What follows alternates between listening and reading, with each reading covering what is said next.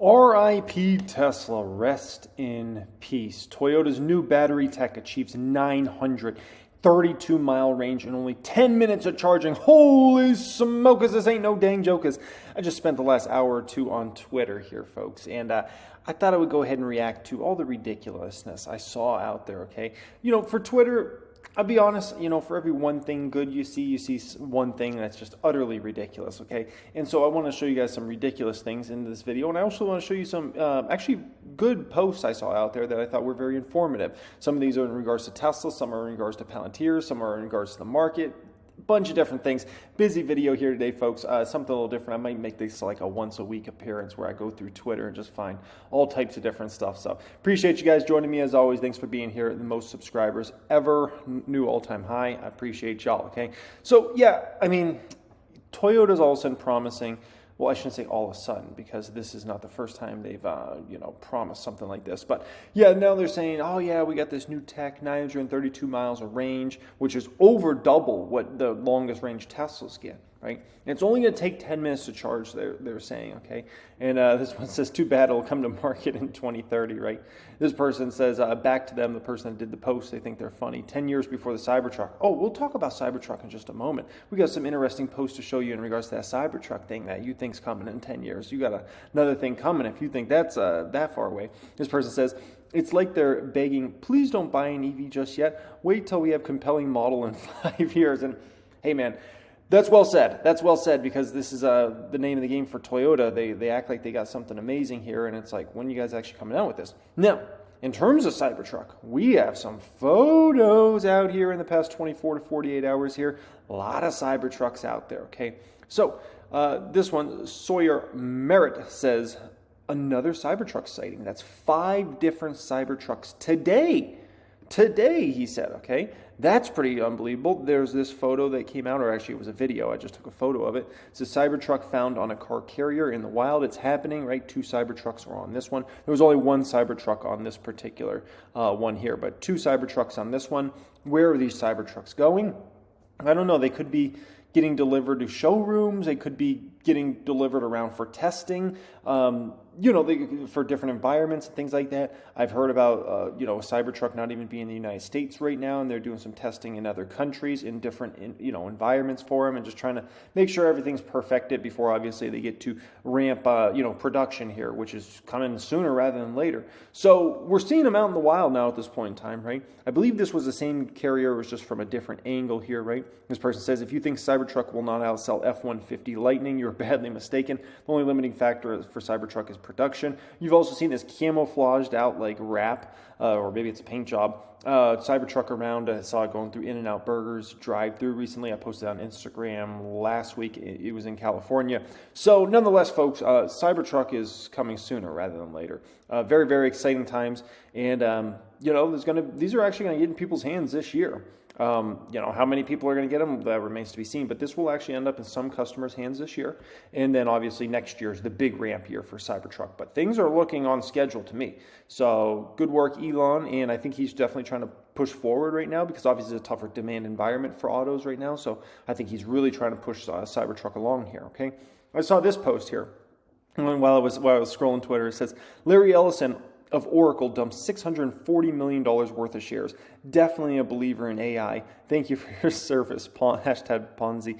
And I saw this as soon as I saw this post, I was like, oh man, Mav's going to talk about this in his next video. Just wait, okay? Just wait. He's going to definitely show this in his next video. And the post was from Maverick. I was like, dang, man, I knew it. I flipping flapjack and knew it. I was just like, oh, there was such a type of post that he would do there. I was just cracking up, man, cracking up. This person brings out a good point here, though, in all seriousness. They say $640 million is not much compared to his net worth of over $130 billion. It's less than 1% of his wealth. Come on, man. So, yeah, if he's worth $130 billion, he sells $640 million. We're talking about a 0.5% or so. And a lot of these folks, they have these, sales kind of pre-planned in the future to sell some shares here and there. If I will say, if he sold $6.4 billion worth of shares, that's a whole different ballgame. But for an amount like this, it's a very small amount. This would be like, me selling like $10,000 worth of Tesla stock or something. That's like not a very big number compared to the overall number, right? So I just think that's something important to keep in mind there whenever you see these executives sell out of shares, like how much of their total shares are they actually selling? Because I think that is an important factor. And also remember, this isn't even talked about enough. This needs to be said, what I'm about to say right here, okay? A lot of these executives of these companies, CEOs and whatnot, have not really had a chance to sell for decent prices for about 12 to 18 months, right? Since basically the end of 2021 into the very beginning of 2022, a lot of these individuals haven't even had a good chance to sell any shares if they want to cash out some shares to go spend some money or something like that. So now, finally, we've actually gotten to a moment where some of these stocks have gone up considerably, still not maybe back to 2021 highs, but where you actually consider at least, maybe cashing out some of your shares, right? This is crazy. This is crazy. I can't believe this is really happening, okay? Breaking, Dana White says Elon Musk and Mark Zuckerberg are dead serious about fighting in the octagon in Vegas. This is crazy, man. This is looking like it might actually happen. I'm shocked. This is a horrible decision by Elon Musk. Elon Musk does love to attract attention, and this would get a lot of attention. Dana White says this would be the biggest fight in the history of mankind, which I wouldn't be surprised. I mean, it's involving two of the richest people in the world, two of the most influential people in the world over the past 20 years. Yeah, I will say it's crazy, but man, I hope Zuck takes it easy on Musk. You know, Meta and Tesla are my two biggest positions in public account. I can't have one of these guys go down with a major head injury or something like that, okay? So be peaceful, Zuckerberg. Take it easy on him, okay? I don't know what Elon Musk is thinking. He's got to be at least 20 years older, and he's super out of shape. Zuckerberg's actually like training MMA style. I wouldn't do it if I was Elon, man. Don't do it, Elon, but hey, we'll see. We'll see if it actually happens, but it's looking actually somewhat serious, okay? I saw this, and this is utterly ridiculous, okay? QQQ had $3 billion in outflows this week, and bigger tech names didn't hold gains this week. This is not a bullish sign. If you had $3 billion in outflows, do you think the big tech stocks are going to go up? Of course not, okay? Like the big tech's had an incredible run. You're going to always have some selling. The market never goes up in a straight line. You have healthy, what I call pullbacks in the market, or sometimes corrections, and those are needed for you to take your next bull leg higher. Like, at the end of the day, like you better expect there to be some profit taking, especially from some folks that are a little more shorter term in their decision making and whatnot, right? Long-term investor like myself, I don't care about all that. But let's be honest, there's a lot of traders in the market that if they made 10, 20, 30% on some of these stocks, they're like, okay, I'm going to cash out some shares now, and then we'll play it how it goes. So that is one of those posts I'm just like seriously, like of course that's going to happen, right?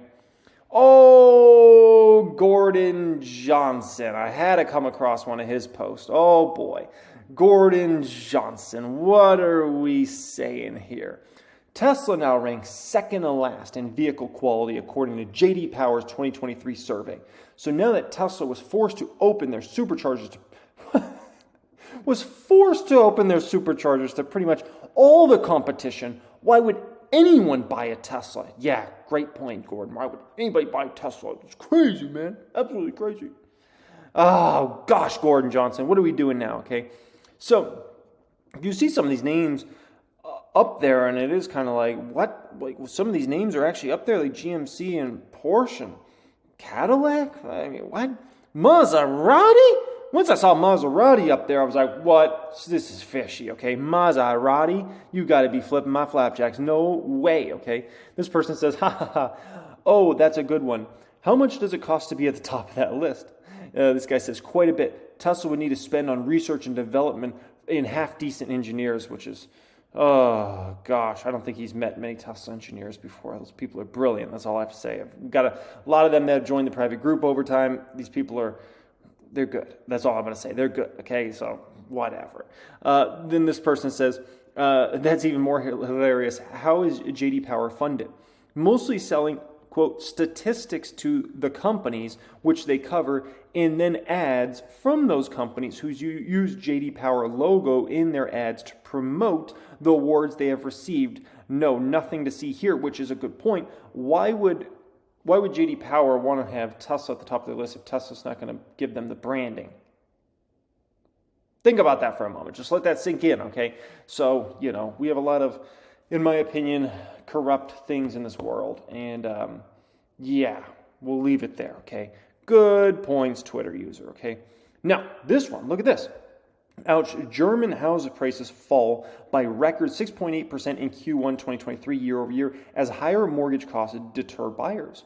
The German housing market has gone from being a seller's market to a buyer's market, and transactions have almost come to a standstill. I think this is something to keep an eye on, and I'll tell you kind of how I'm thinking about potentially playing this here in just a moment. But I think we got to really keep a very close eye on the European economy. Okay, let me put it like this, okay? The U.S. economy, I have some concerns over in terms of the next year. Keyword is some concerns.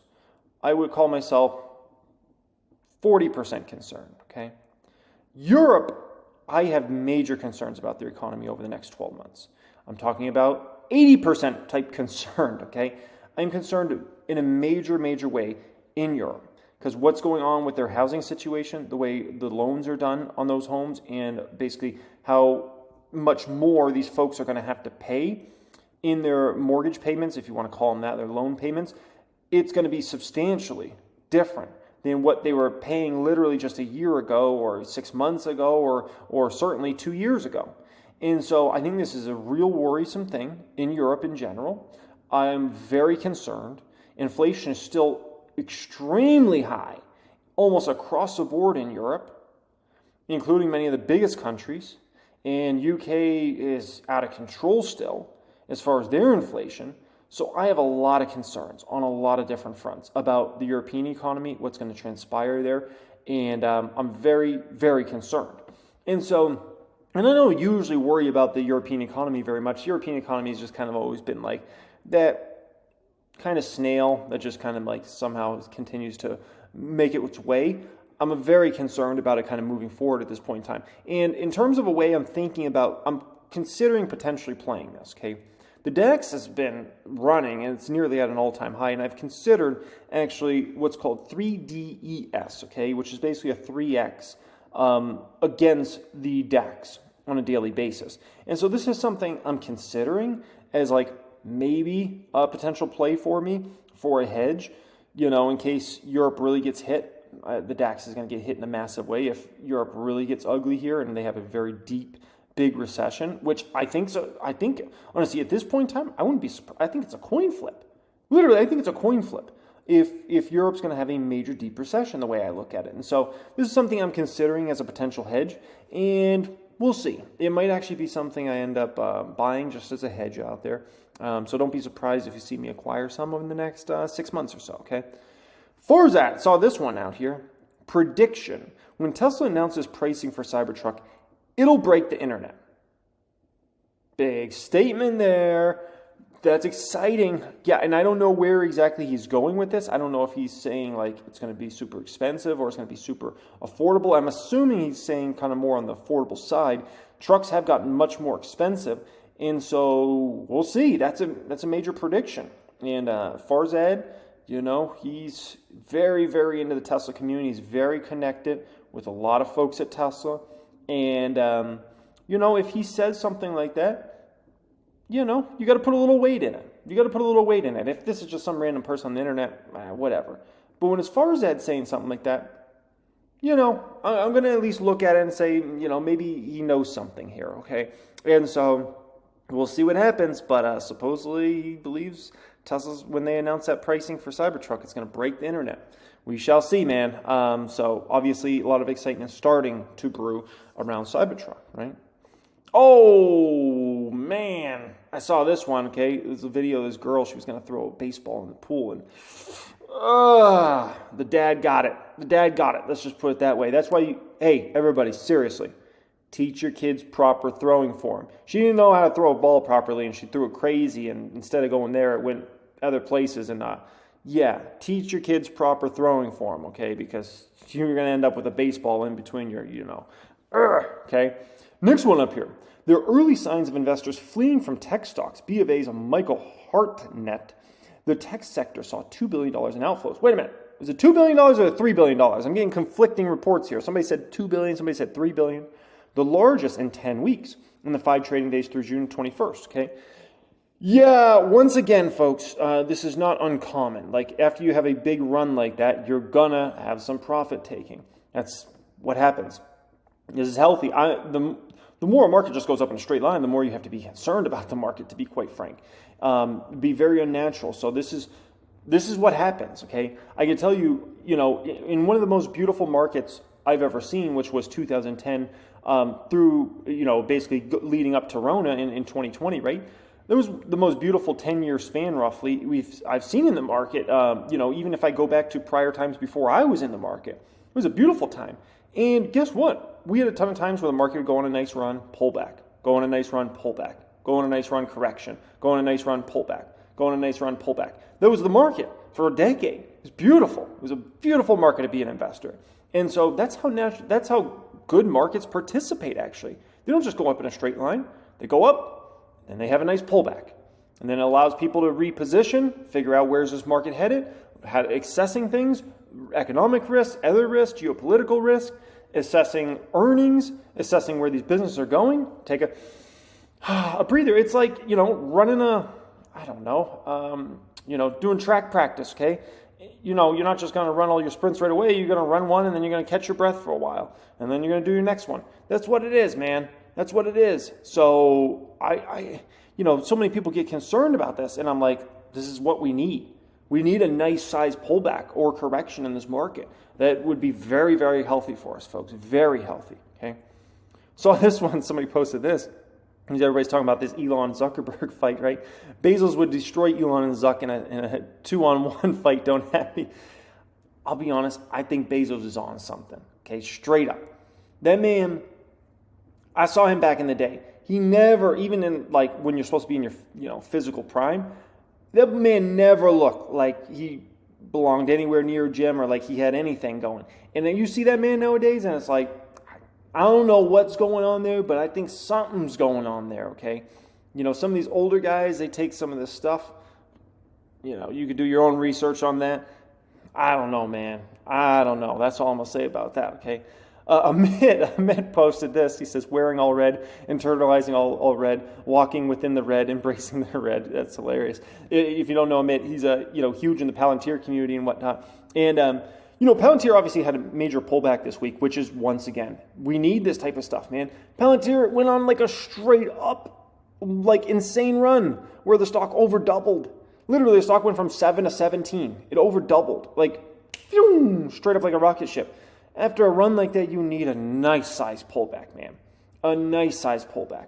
30% is perfectly fine.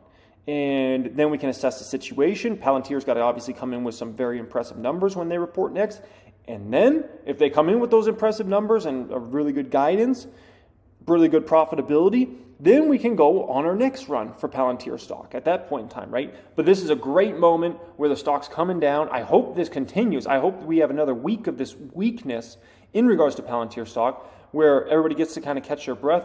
The buyers, can figure out, do they want to buy more shares? Do they want to just hold what they got? Do they want to play any calls? Like, people can assess those type of things because you get that breather moment. So my hope is we can have another week of Palantir just kind of being in no man's land, and then we'll see what happens. And there's always a potential, if Palantir's got some insane business coming in, there's always a potential Palantir could pre-announce earnings. If the numbers are such a shocking difference between what analysts were expecting versus what Palantir might put up for numbers. So it depends on really how long, there's so much interest in Palantir's products, but it really depends on how long it takes Palantir to close those deals and get them actually coming in for revenue. But,